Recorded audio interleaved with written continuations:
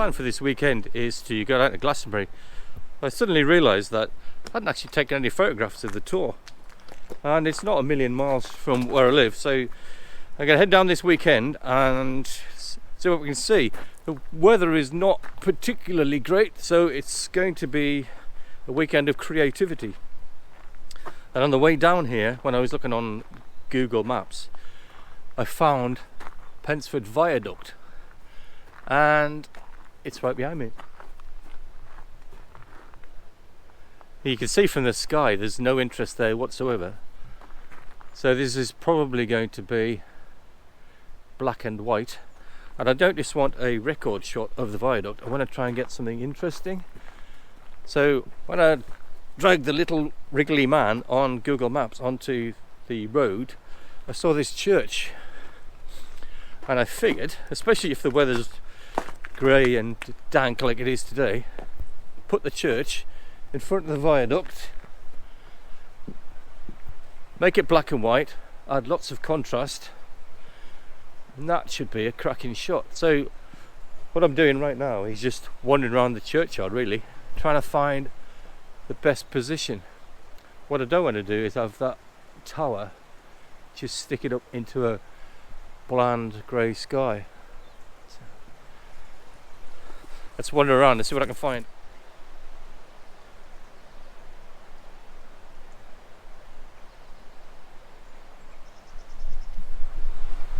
So one of the things I like to do when I come to a location like this is get my mobile phone out and use that as a template, if you like, to see what I can see through the camera lens, rather than getting my eyes, straight down to the lens and looking through. And when I take a step back here, from this position you can get the wall leading in from the right, you get the viaduct, plenty of the viaduct in the back, and then you get the church and the gravestones in the front. So that's probably going to be my first shot anyway.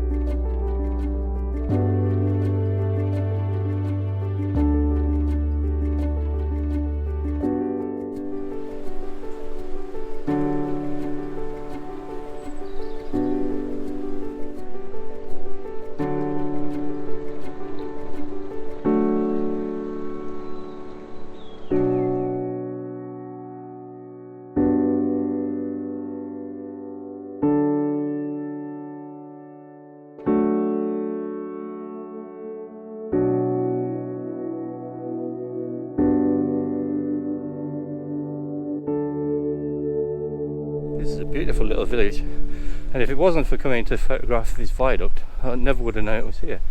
That's one of the beauties of landscape photography, I think. It's just exploring, getting out and about, finding places you wouldn't normally go to, having fun. If you follow my photography, you'll know that I absolutely love depth, so creating an image where it's got something to allow your eye to flow through so it looks 3D rather than just flat. I mean, if you're here with your mobile phone, right, you just get it out, take a shot, bugger off. But that's not what I call creativity, or at least creative photography. I want something that is interesting, right? You'll just walk past. And one of the things I've just come to as I've been wandering around is this, I mean, it looks like some kind of hand crank pump.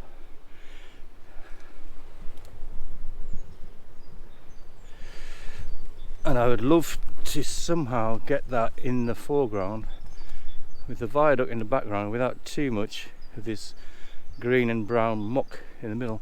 The only problem I've got is, if you look at it,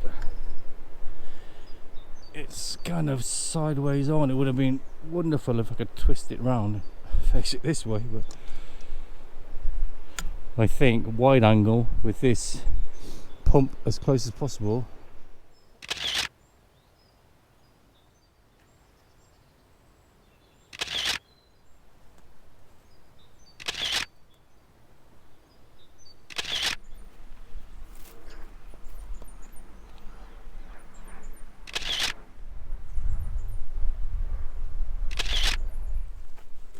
taken an image there. What it's going to turn out like, I don't know. There's too much trash. So it's one of those situations where you can see it in your mind's eye and it looks beautiful, and then when you look through the camera lens, it's just there'll be quite a lot of dodging and burning. I'm thinking when I get into the Photoshop I'm going to make anything out of it at all. But anyway, I'm going to move on because I'm just wasting too much time here.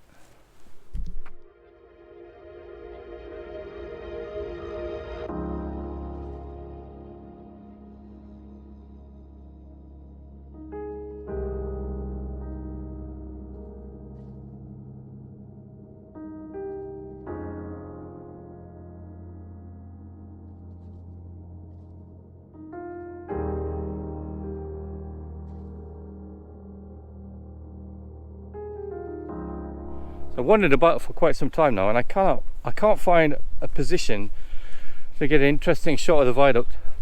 So I have come to the other side. I am miles away from anyone, and I'm going to get the drone in the air, because if the sky's really poo, then what's better than shooting down? Maybe if I get it in the right place, I can shoot through the viaduct and get a shot of the church. I have got to be careful because there are power cables quite close to the viaduct, but at least I've seen them. Otherwise, there's no one here, there's nothing around. Drone in the sky.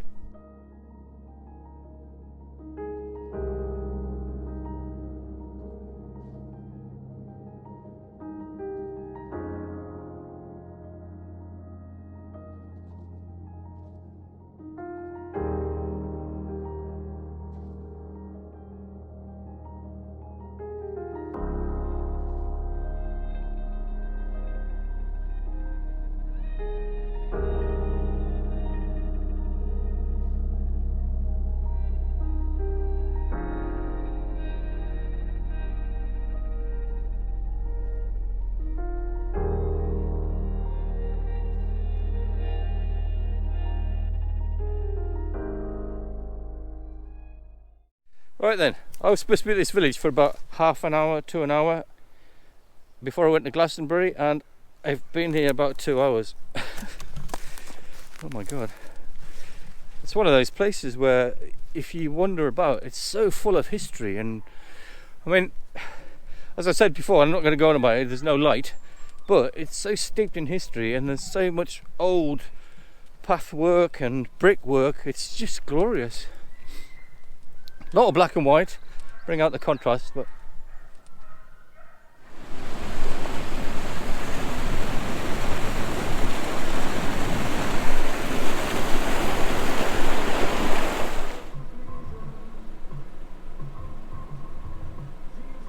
right then, before we head off to Glastonbury itself, again, as I was looking on Google Maps, I saw there's a wetland area just off to the, I can't remember if it's east or west of Glastonbury, and there's a hide there called Glastonbury Tor View. So when I dropped the little man down there, you could actually see the Tor in the background. So I want to try and take some far off images before I go and get up close. And anyway, when I stopped on the road a while back and I zoomed right in, and you could see all the people streaming up and down.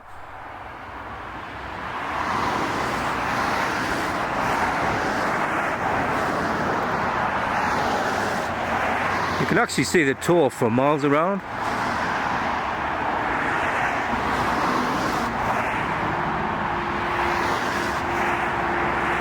So, do this first, and then give the Tor some time to quieten down, really.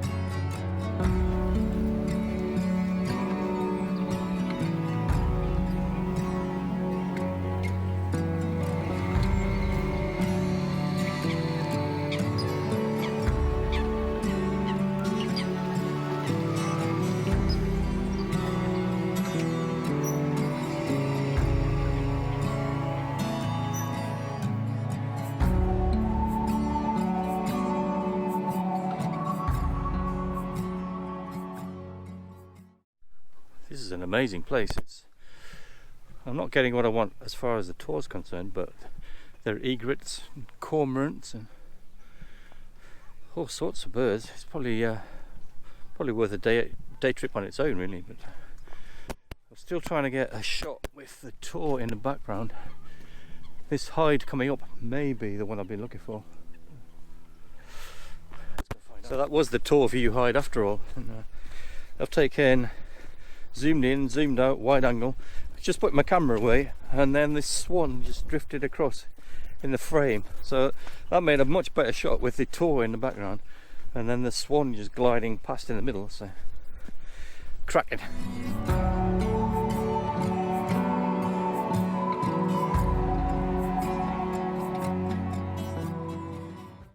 This is turning into Ian's epic awesome adventure. I left home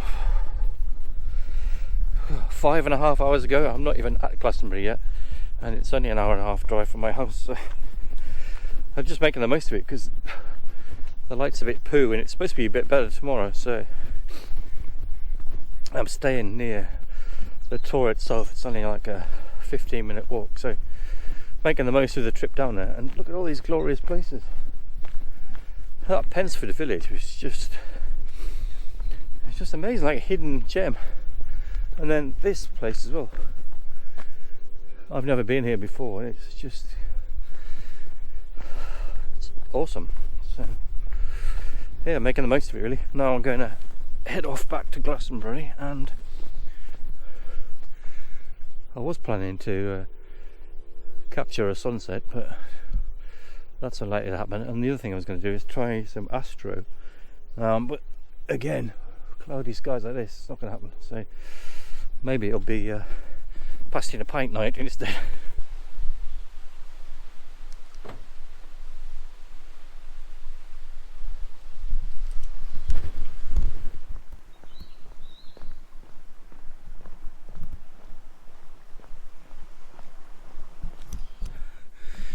It's about 5:30 in the morning. I'm on my way up to the tour in the dark.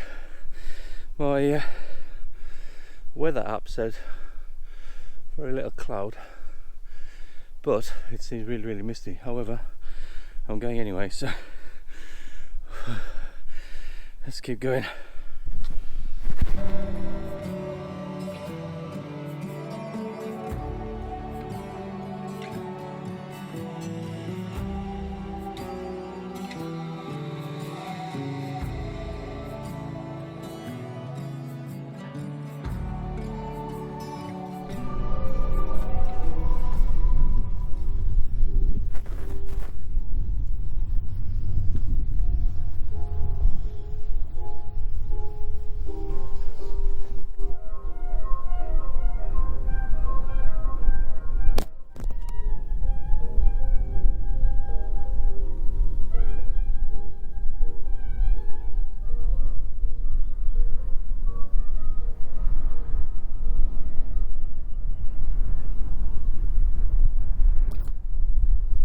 So here we are at the tour.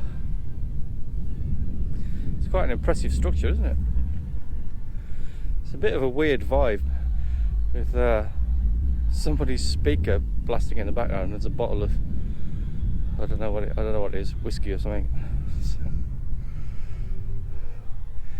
Anyway, I'm here to take photographs, and the struggle at the minute. It's about 20 minutes till the sun comes up, but I'm not expecting anything drastic because it's just 100% cloud. So definitely misty, moody photographs today.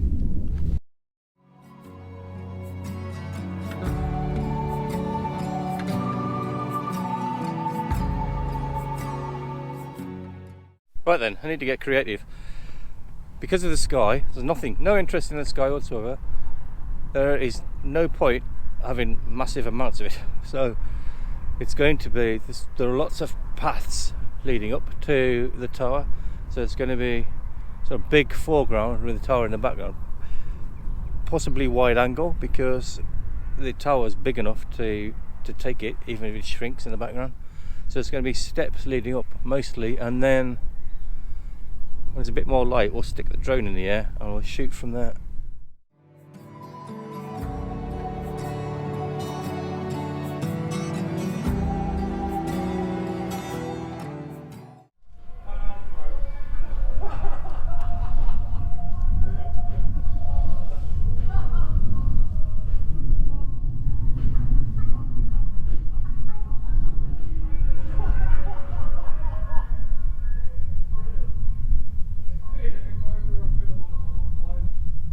What I love about photography, well, being out in general, is stuff happens. So I'm just sat here feeling sorry for myself because there's no light whatsoever, and then this guy starts dancing to the music inside the tower and right in the gap. So guess what? Camera out. Here we go.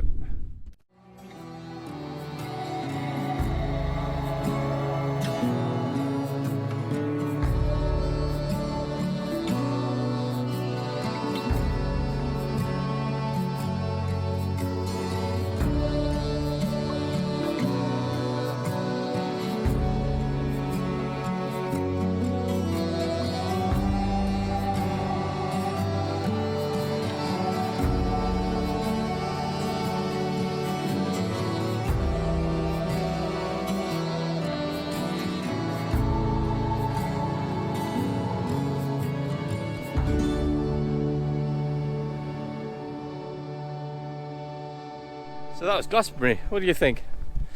It's a shame about the light, but it's not going anywhere, is it? It's been there for several hundred years, so I'll have to come back and do it when the sun's shining, to be fair. So